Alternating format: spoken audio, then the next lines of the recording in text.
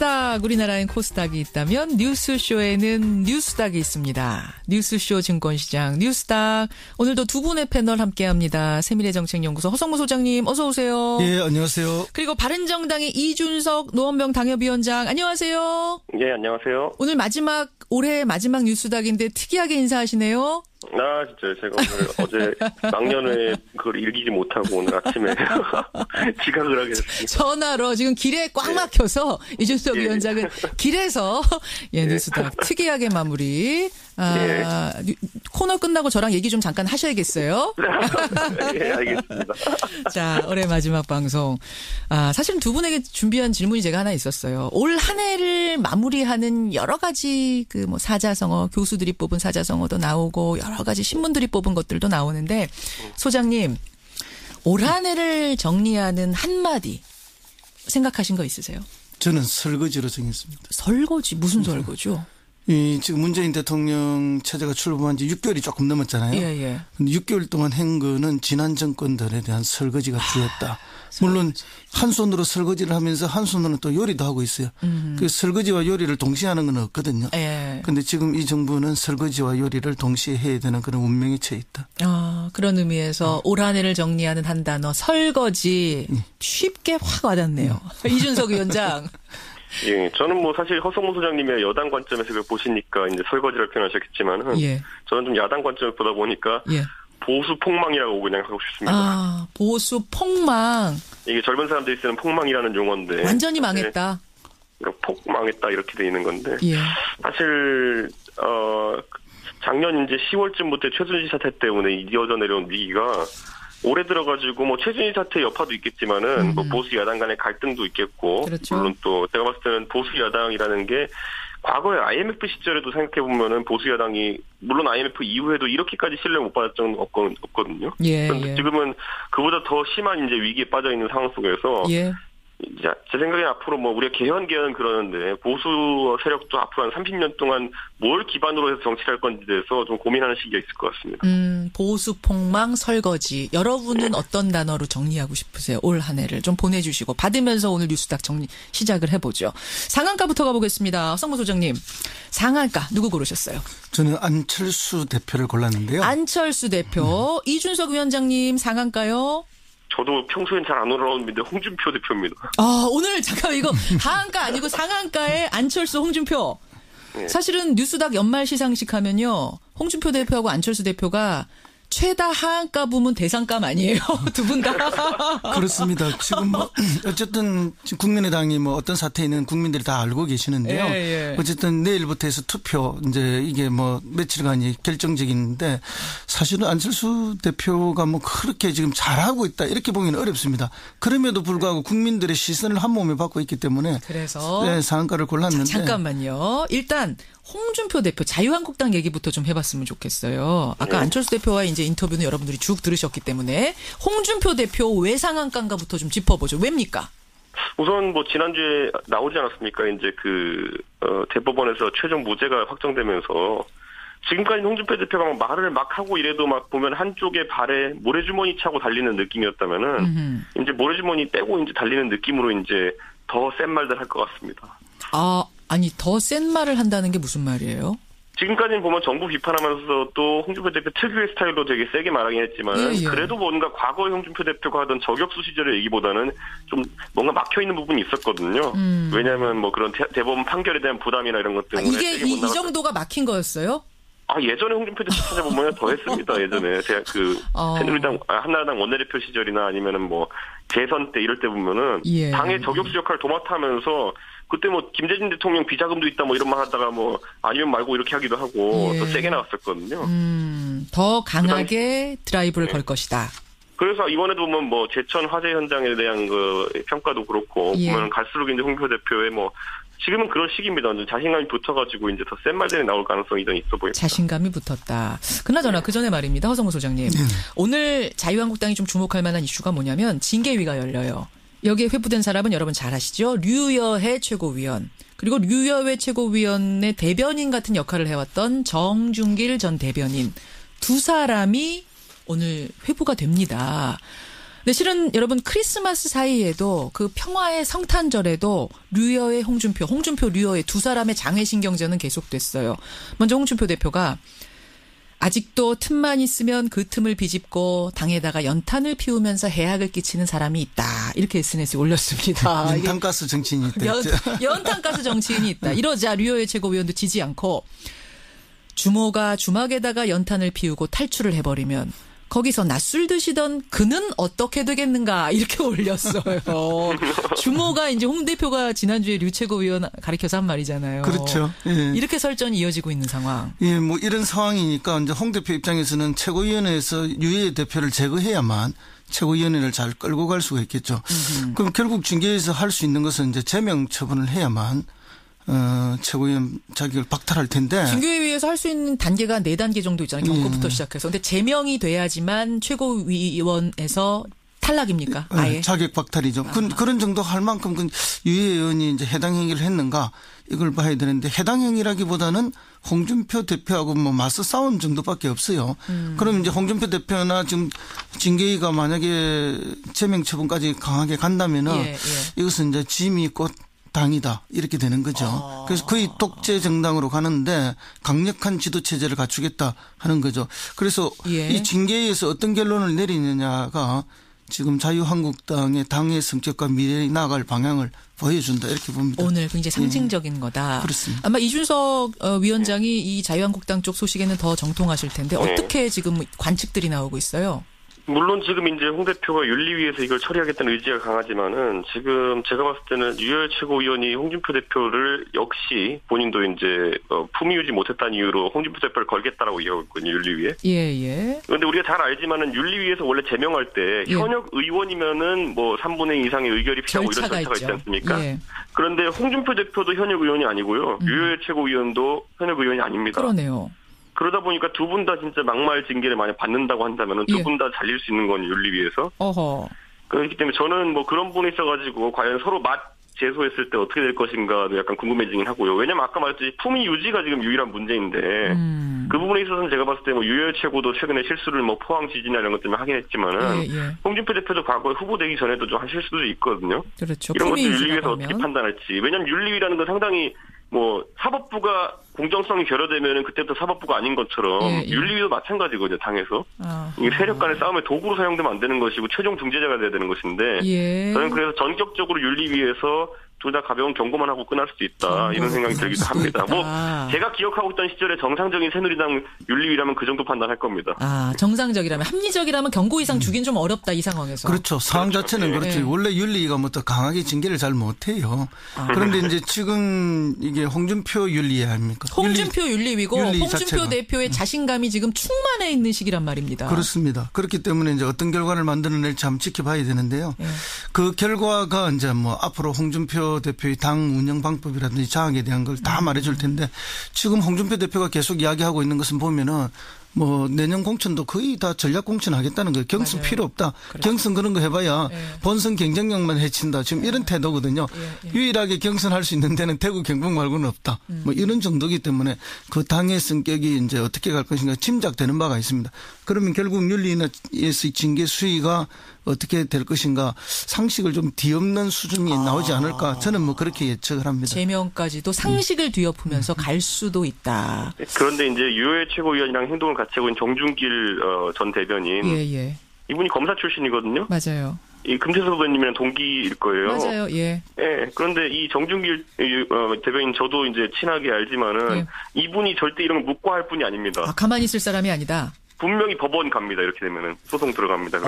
근데 정당 싸움에서 법원 가는 건 별로 의미가 없어요. 이미 정치적 행위이기 때문에 정치적으로 다 지나가고 나면은 지금 뒤에서도 말씀드리겠지만은 국민의당 지금 뭐 가처분 신청했잖아요. 그거는 그냥 정치적으로 쇼잉일 뿐이지 뭐 결정돼서 가버리고 나면은 뒤에 일어나는 일은 아무런 의미가 없어요. 알겠습니다. 이건 좀 지켜봐야겠네요. 자유한국당 오늘 징계위 열립니다. 어쨌든 그 와중에 홍준표 대표가 상한가라는 거. 허 소장님은 안철수 대표를 상한가로 이제 골라오셨는데, 아까 전에 이제 얘기하시던 것들, 지금 밀고 나가고 있단 말입니다. 안철수 대표가. 그렇죠. 밀고 나가고 있어. 올해 안에 어쨌든 투표를 마무리 짓겠다. 전당원의 뜻을 묻겠다. 상황가 맞아요. 그렇습니다. 이게 우리 뭐 여러 가지 속담이 있는데요. 뭐 죽을 때 죽더라도 뭐 산수갑산을 가더라도 할 건 하자 이런 이야기가 있지 않습니까? 예. 그리고 뭐 남자가 칼을 뺐으면 썩은 호박이라도 하나 잘라야지 이런 이야기가 있는데 예. 지금 이 합당으로 가기 위해서 이제 안철수 대표가 어떤 결심을 한 거고 칼을 뽑은 거기 때문에 갈 수밖에 없는 상황이다. 그런데 이제 현실적으로 보면은 이게 지역구 의원들이 많이 이렇게 거부를 하고 있고 약 20명 정도가 20명이면 절반이 넘어요, 사실. 그렇죠. 39명이니까요. 네. 반대를 하고 있지만 결국 반대를 하면서도 지금 당장 당을 깨지는 못하잖아요. 그렇죠. 사실상 깨진 거지만 네. 결국 이거는 이제 서로가 거기 전국구 의원들이 속해 있거든요. 네가 나가라 그렇죠. 하고 있는 거 나는 못 나간다. 왜냐하면 서로 먼저 깨고 나가면 전국구 의원들이 움직일 수가 없기 때문에 비례대표들이 그것 때문에 그런 것뿐이고 그 실제로는 이미 깨졌고 이미 나가는 거고 그런데 이제 그 절차로서 전당원 투표를 하고 있는 게 불가하다. 그러니까 안철수 대표는 이제 강력하게 드라이브를 걸고 가는 거고 이제 지도자로서 그 길이 옳든 그러든 자기 고집대로 가는 것은 뭐 이제는 돌이킬 수 없는 일이거든요. 전당원 투표에서 그럼 찬성표가 더 많이 나올 거라고 아까 안철수 대표는 그랬어요. 난 진짜 모르겠다라고 했지만 사실은 속으로 표 계산은 했을 거라고 보세요. 찬성표 많이 나오는 쪽으로. 당연히 그렇게 계산했을 거라고 보고요. 이제 그러니까 어떤 노선을 정해놓고 갈 때 반대하는 사람들이 이기기가 참 쉽지가 않습니다. 물론 이제 굉장히 지역구 의원들이 많고 조직화가 되어 있기 때문에 반대가 아주 강력하고 저항적이지만 그러나 이런 호남의 중진들이 실제로 안철수 의원에 대해서 비판을 하고 있지만 이거 막지 못하고 있잖아요. 그렇죠. 제가 볼 때는 오히려 속수무책인 경향이 많이 있습니다. 속수무책이다. 오히려 안철수 의원은 이제 호남에서 그동안 자기가 지지도 받고 또 뭐 약간의 그것도 받고 여러 가지가 있었는데 호남에서의 더 이상의 확장성은 자기가 이제 없다고 보는 거죠. 적어도 본인은. 그렇습니다. 그래서 이제 그 호남은 자기에게는 레드오션이고 자기의 블루오션은 다른 지역에 있다라고 보기 때문에 새로운 블루오션을 찾아서 가겠다는 분명한 노선을 정했어요. 결국 경상도 쪽을 뚫어야 내 블루오션이 열린다라고 판단한 거 아니냐. 수도권이죠. 두 개인데. 아까 제가 그 질문도 근데 드렸어요. 아니 안철수 대표의 어떤 대통령으로서의 꿈 생각하고 계시는 건 아니냐라는 의혹도 있다. 근데 거기에 대해서 당연한 꿈을 가지고 있는 건데 뭐 본인은 말씀 안 하시겠죠. 저는 좀 전에 인터뷰는 못 들었는데 결국은 이제 새로운 영역 확장 그리고 지금 이윤을 남길 수 있는 시장이 어딘가. 이분은 원래 경제인 출신이잖아요. 그렇죠. 그럼 이윤이 남는 새로운 시장을 찾아가는 건 너무나 당연하다 그러고. 블루오션. 근데 저는 이제 지금 보면 안철수 대표가 이제 소위 말하는 3단계 통합론 때문에 고생하고 있거든요. 그러니까 박지원 대표나 뭐 이런 쪽에서 항상 얘기하는 게 뭐냐면은 결국엔 3당 합당하려는 거 아니냐. 결국엔 보수당으로 넘어가기 위해 가지고 지렛대로 합당을 생각하는 거 아니냐라고 이야기하는 경우가 많은데 뭐 물론 그럴 수 있다 봅니다. 방금 전에 얘기했던 것처럼 대선 전략으로 그럴 수 있다 보지만은 자유한국당을 무너뜨리는 것과 자유한국당을 아예 들어가는 건 차원이 다른 얘기거든요. 그렇죠. 근데 아직까지 안철수 대표나 측근들의 워딩을 살펴보면은 자유한국당에 들어가는 개념보다는 자유한국당을 무너뜨리겠다는 개념이 더 강한 것 같아요. 그쪽에서는 나올 사람들이 있을 거다 그런 얘기 했었어요. 그렇죠. 측근들이. 그런 취지의 이야기를 하니까요. 그래서 저는 그 부분에 있어서는 안철수 대표가 아직까지 뭐 본인의 지금까지 했던 말 다 뒤집고 자유한국당이랑 합당하겠다 이런 느낌까지는 아닌 것 같습니다. 그러니까. 그 통합에 만약 찬성표가 많이 나와서 진짜 통합 수순으로 가게 되면은 20명의 반대파 의원들이 취할 수 있는 선택지는 뭐예요? 거의 아무 선택지도 없을 것이고 일부 이제 민주당에서 뭐 받아줄 사람들 지금 2-3명이라 얘기 나옵니다. 보면 민주당 쪽에서 구체적으로 2-3명 정도에게는 민주당 입당을 제의했다는 얘기를 제가 어제 들었어요. 그렇기 때문에 그분들 제외하고는 아마 뭐 행동이 제한되지 않을까. 뭐 나가봤자 어차피 제가 말했듯이 개인적인 아까 능력 있는 2-3분 빼고는 나머지 분들은 어차피 내년 2년 뒤 총선에서 이제 뭐 새로 이제 물갈이 될 수도 있는 부분이기 때문에 민주당에서 크게 달가워하지 않는다 이런 얘기. 아니 민주당에서 2-3명 국민의당 의원한테 들어오시라고 제안했다는 걸 들으셨다고요? 예, 제가 누구한테 들었어요? 국민의당 굉장히 핵심 관계자한테 들었습니다. 2-3명이 그런 제안을 받았다. 그래서 흔들리고 있다. 예. 그분 이제 통합 반대파에 있는 분들 중에 2-3명. 그렇죠. 그런데 사실 통합 반대파 입장에서 참 난감한 것이 지금 지방선거 물론 국회의원을 놓고 보면은 그런 반대파라는 게 존재하지만은. 지방선거에 출마하시는 분들, 예를 들어 구의원, 시의원 하시는 분들 레벨로 내려가면은 거기는 그런 반대파가 존재하지 않습니다, 거의. 왜냐하면 지금 당면에 있는 지방선거를 앞두고 지금 국민의당이 이 상태로 가가지고는 당선 안정권에 들어가기 어려운 분들이 많기 때문에 뭐라도 계기를 만들어야 된다는 인식이 팽배해 있기 때문에 그래서 안철수 대표가 전당원 투표라는 승부를 던지는 것이 거기 가면은 거의 8-90% 압도적으로 찬성 나올 겁니다. 알겠습니다. 자, 일단 여기까지 하고 하한가로 좀 넘어가 보겠습니다. 허성무 소장님, 하한가 누구 골라오셨어요? 임종석 청와대 비서실장을 골랐습니다. 임종석 비서실장. 얼마 전에 상한가 고르시더니 왜 바로 하한가를 주세요? 2주 전에 상한가를 골랐는데요. 예. 예, 뭐 임종석 비서실장의 정치적 비중 그것 때문에 이번에 UAE 방문이 가지고 오는 파장이 굉장히 컸죠. 자, 그런 이유로 이준석 위원장 하한가 누구 주십니까? 저는 국민의당 사퇴 연장선에서 손학규 전 대표 골랐습니다. 아유, 국민의당 얘기 마무리 지으려고 했는데 또 손학규 상임 고문을 하한가에 턱. 아니 지난주 귀국했는데 왜 하한가입니까? 바로? 지난주 귀국하신 것부터가 하한가입니다. 제가 봤을 때는. 무슨 말씀이세요? 왜냐하면 지금 결국에는 통합 중재파 아니면 이런 뭐 통합파와 이제 반통합파의 중재로 이제 손학규 고문의 역할이 이제 계속 부각되고 있는데 예. 사실 손학규 고문이 이 문제를 해결하기에는 너무 이제 지나갔습니다. 열차가 지금. 이게 초기 단계였다면 뭐 중재가 가능하겠지만은 이미 안철수 대표와 반통합파 같은 경우에는 갈등이 굉장히 크게 있고. 그렇죠. 거기다 이건 3자거든요. 유승민 대표가 이끄는 이제 바른정당 계열도 있기 때문에. 예. 여기에서 손학규 대표가 거의 한 1, 2년 가까이 정치 일선에 뛰어들지 않았던 분이 갑자기 등장하기에는 좀 어려운 부분이 있습니다. 그러니까 사실은 뭔가 통합에서 결정적인 역할, 뭔가 공을 세우려면 더 빨리 귀국했어야 됐다. 이번에도 타이밍 문제라고 보시는 거예요. 그러니까 우리가 항상 보도를 통해서 접하지만 손학규 대표께서 타이밍이 귀국이든지 아니면 칩거를 푸는 타이밍이 항상 보면은 큰 의미보다는 다른 이제 사건에 묻히는 경우가 많았는데. 절묘해요. 예, 그게 제가 봤을 때는 좀 징크스라기보다는 이게 루틴화된 게 아닌가. 너무 늦게 항상 이렇게 나타나신 게 아닌가 생각합니다. 허 소장님 어떻게 생각하세요? 이번엔 타이밍 문제도 아니고요. 결국은 이제 손학규 대표는 세력이 없는 정치인이 되어버렸습니다. 세력이 없는 정치는 어떤 힘을 발휘하기가 어렵거든요. 그래요. 결국은 손학규 대표님이 이 타이밍에 있으면 할 수 있는 역할이 별로 없습니다. 근데 이제 통합이 되고 나면 안철수 대표는 혹시 통합이 된다고 하면 나는 대표직 안 맡겠다라고 이미 선언을 했거든요. 그 대안으로 손학규 고문이 통합 당대표가 될 수도 있다라는 얘기 나오는데. 그런 이야기는 뭐 여론조사에서도 제3의 인물 이야기가 나오지만 실제로 정당이라는 게 뭐 그럼 안철수 대표 혼자 하는 정당이 아니잖아요. 아니죠. 바른정당의 유승민 대표도 같이 있고 하는 거죠. 또 많은 다른 국회의원들의 생각도 있는데 일방적으로 되기는 어렵다고 봅니다. 자, 여기서 그럼 이준석 위원장 생각 묻겠습니다. 바른정당에서 손학규 고문을 통합 당대표로 세우자라는 것에 대해 어떻게 받아들일까요? 저는 거기에 대해서 뭐 반대인 게 손학규 대표가 원래 그런 역할 많이 하신 건 맞는데 그 경우는 보통 정당이 약간 당나라 군대 같이 됐을 때 그때 이제 정당에서 자발적으로 모셔오는 경우가 많았거든요. 그런데 지금은 오히려 양당의 리더십이라는 게 뭐 국민의당은 안철수당이라는 게 거의 확고하고 그리고 뭐 바른정당 같은 경우 유승민당이라는 게 확고해진 상태 속에서 실제 대주주들이 아주 뭐 시퍼렇게 살아있는 상황에서 그 안에서 손학규 대표가 의미 있는 정치력을 발휘하기는 어렵다. 할 게 없을 거다. 깔끔하게 정리를 하시네요. 그냥 손학규 대표를, 손학규 고문을. 알겠습니다.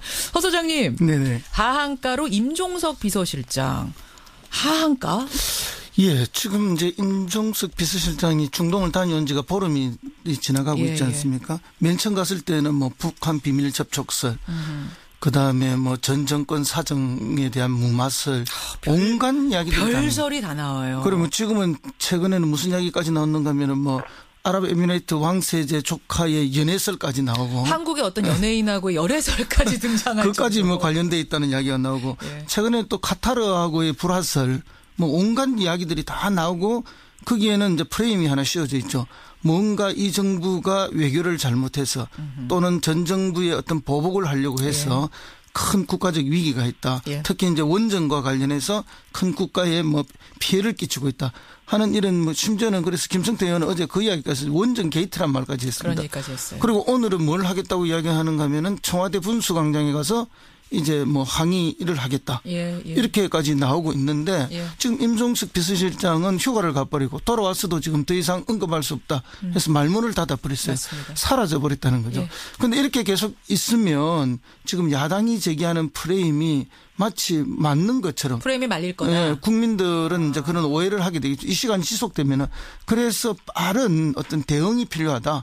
물론 외교라는 게 비밀이 필요하죠. 국가의 이익을 위해서. 그러나 지나친 비밀주의로 가다 보면은 오히려 이 정부가 이제 많은 오해를 살 수 있다. 이제는 임종석 비서실장이 전면에 나서서 대응을 해야 할 때다. 그래서 지금 더 이상 자꾸 빠지면은 곤란하다. 그래서 이번에 지난번에 휴가 가고 빠진 거에 대해서 저는 뭐 한가를 줄 수밖에 없다. 그래서 2주 만에 상한가가 저는 그건 좀 이해가 안 가는 것이 이게 사실 그 자유한국당 쪽에서 계속 이제 몰아붙이고 있거든요. 뭐 게이트니부터 해가지고. 근데 제가 알고 있는 모든 자유한국당의 좀 의원님들한테 물어봐도 본인들도 뭔가가 있다는 생각을 하지 확 이렇게 짚어내지 못하시더라고요. 그래, 이준석 위원장님. 네. 하여튼 오늘은 여기까지 일단 듣고. 새해에는 3원 연결 안 됩니다. 알겠습니다. 단단히 주의를 드리면서 오늘 명심하겠습니다. 예, 두 분과 마무리하겠습니다. 정부소장, 네. 이준석 위원장 두 분 고생하셨습니다. 예, 고맙습니다. 예, 감사합니다.